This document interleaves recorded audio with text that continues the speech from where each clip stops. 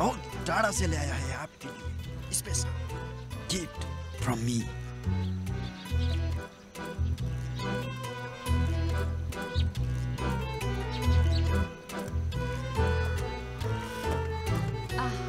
पान छै? हाँ जी पान छी।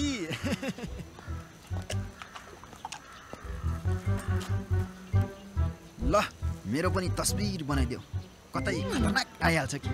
हजुर। अरे कसले ख्याल गरेको छ र बनाइदेऊ न। हुन्छ।